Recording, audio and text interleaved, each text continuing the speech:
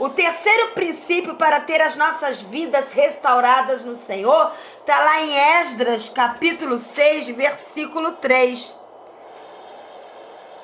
Falou, com respeito à casa de Deus em Jerusalém, deve ela edificar-se para ser um lugar que se ofereça sacrifícios.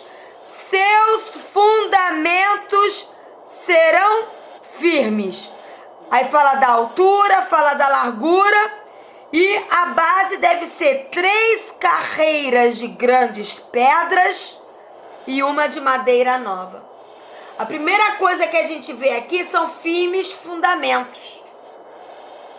A casa de Deus, que somos nós hoje, tem que ter firmes fundamentos.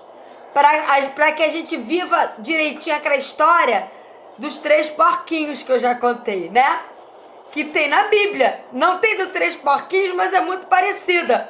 A casa firmada sobre a areia e a casa firmada sobre a rocha. Sobre a areia vem a tempestade, bate os ventos e ela cai. E a firmada sobre a rocha permanece firme. A história dos 3 porquinhos se baseou na Bíblia. O lobo mau é o demônio, é o espírito maligno. O porquinho que construiu sobre a palha, o porquinho que construiu de palha, o porquinho que construiu de madeira, só ficou de pé o porquinho que construiu de tijolo. Então, tem que ter firmes fundamentos para permanecer de pé. Quanto mais agora nos tempos que antecedem a volta de Jesus. Se não tiver firmes fundamentos, não vai permanecer de pé. E quem não permanecer de pé firme, perseverante até o fim, não será salvo. Está lá em Mateus 24.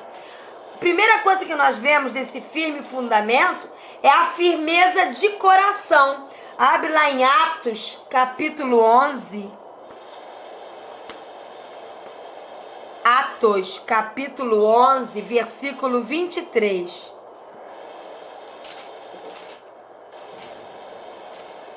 Tendo ele chegado e vendo a graça de Deus, alegrou-se e exortava a todos a que com firmeza de coração permanecessem no Senhor.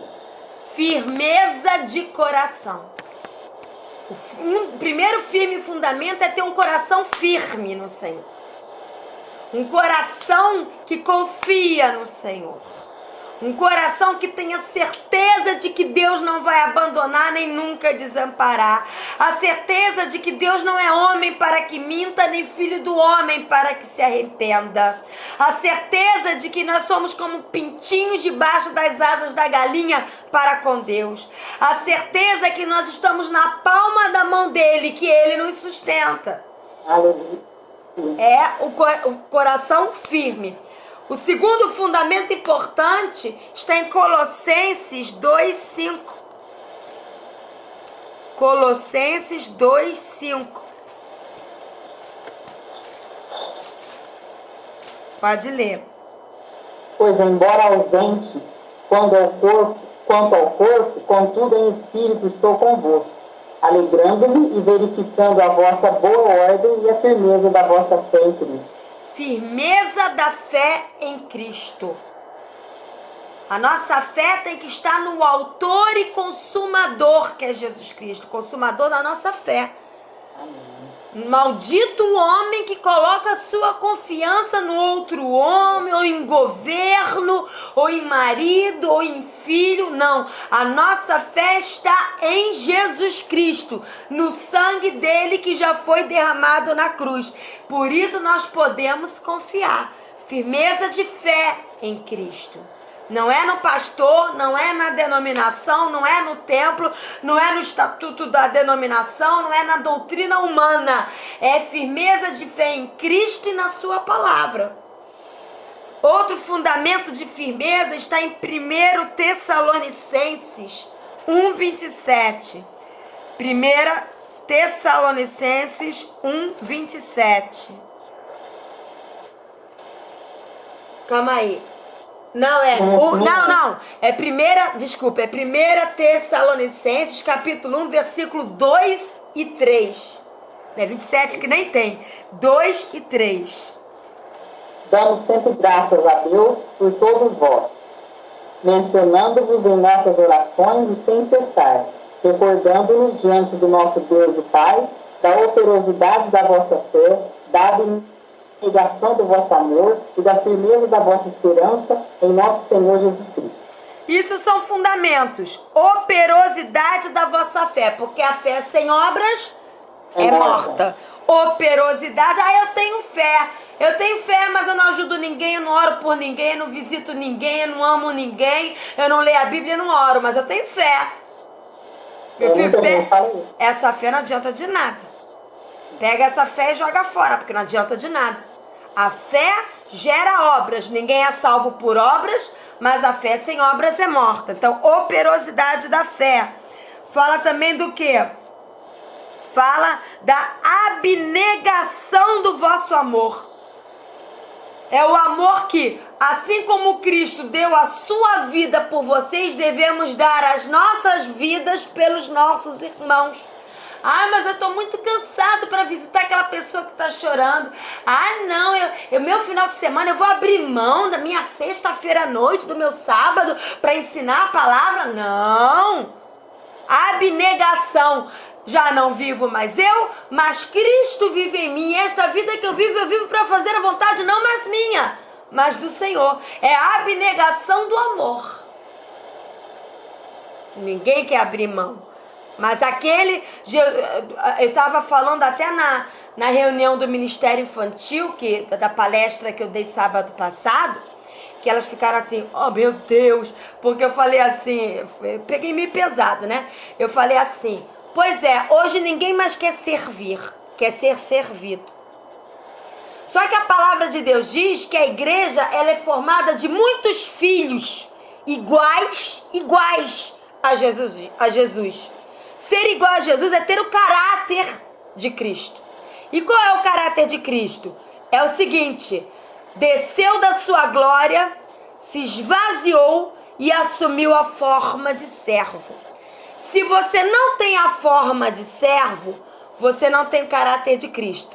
Se você não tem o caráter de Cristo, você não é igual a Ele. Se você não é igual a Ele, então você não é da família. Se você não é da família, você nunca nasceu de novo. Então, em suma, quem não assume a forma de servo não nasceu de novo.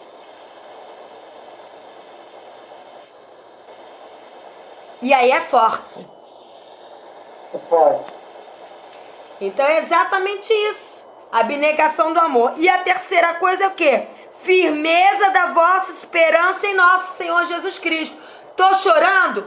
Tá sofrendo? Tá difícil? Mas eu tenho firmeza de esperança que vão vir dias melhores. E se não vier, Jesus vai voltar e eu vou viver eternamente com Ele. É a firmeza da esperança. Esperança de que nada está acontecendo à toa. De que mesmo no meio do vale o Senhor vai me sustentar. O que a Bíblia diz? Ainda que eu ande pelo vale da sombra da morte, não temerei mal algum. Significa que nós andamos pelo vale da sombra. Por que é sombra? Porque mesmo no meio do vale tem luz. Só tem sombra se tiver luz. É sombra da morte, mas tem luz porque Jesus está conosco.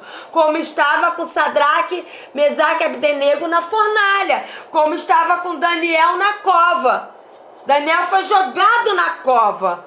Sadraque e Abdenego foram jogados na fornalha aquecida 7 vezes. O Senhor não livrou eles de serem jogados, mas o Senhor estava com eles no meio disso tudo. Amém. Amém. Então é a firmeza da esperança. Outra firmeza é Hebreus capítulo 2, versículo 1. Hebreus capítulo 2, versículo 1. Pode ler. Por esta razão, importa que nos apeguemos com mais firmeza às verdades ouvidas, para que delas jamais nos desviemos.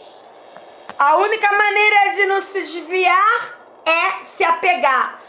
Você só se apega se diariamente você lê. Amém. A Bíblia diz lá em Romanos que, Romanos 12, que só quando nós renovamos a nossa mente diariamente com a palavra de Deus é que nós não nos conformamos com este século. O que é se conformar com este século? É tomar a forma. Nós só não tomamos a forma deste século com os princípios malignos que regem esse mundo, esse sistema caído, se nós renovamos diariamente a nossa mente com a palavra de Deus. Outra firmeza está em 2 Pedro. 2 Pedro, capítulo 3, versículo 14 a 18.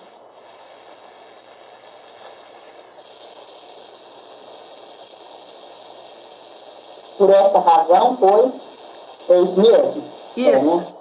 Por esta razão, pois, amados, esperando estas coisas, empenhai-vos por seres achados por ele em paz, sem mácula e irrepreensíveis, e tende por salvação a longanimidade de nosso Senhor, como igualmente o nosso amado irmão Paulo nos escreveu, segundo a sabedoria que lhe foi dada, ao falar acerca desses assuntos, como de fato costuma fazer em todas as suas epístolas, nas quais há certas coisas difíceis de entender, que os ignorantes e instáveis deturpam, como também deturpam as demais escrituras, para a própria destruição deles. Vós, pois, amados, prevenidos como estáis de antemão, acautelai-vos, não suceda que, arrastados pelo erro desses insubordinados, descaiais da vossa própria firmeza. Antes crescei na graça e no conhecimento de nosso Senhor e Salvador Jesus Cristo, a ele seja a glória, tanto agora como no dia eterno. Então, primeiro, a firmeza de viver a paz sobrenatural, né? É para que nós sejamos achados quando ele voltar em paz, isto é, vivendo a paz. O que Jesus falou? A minha paz vos dou, não como o mundo a dá.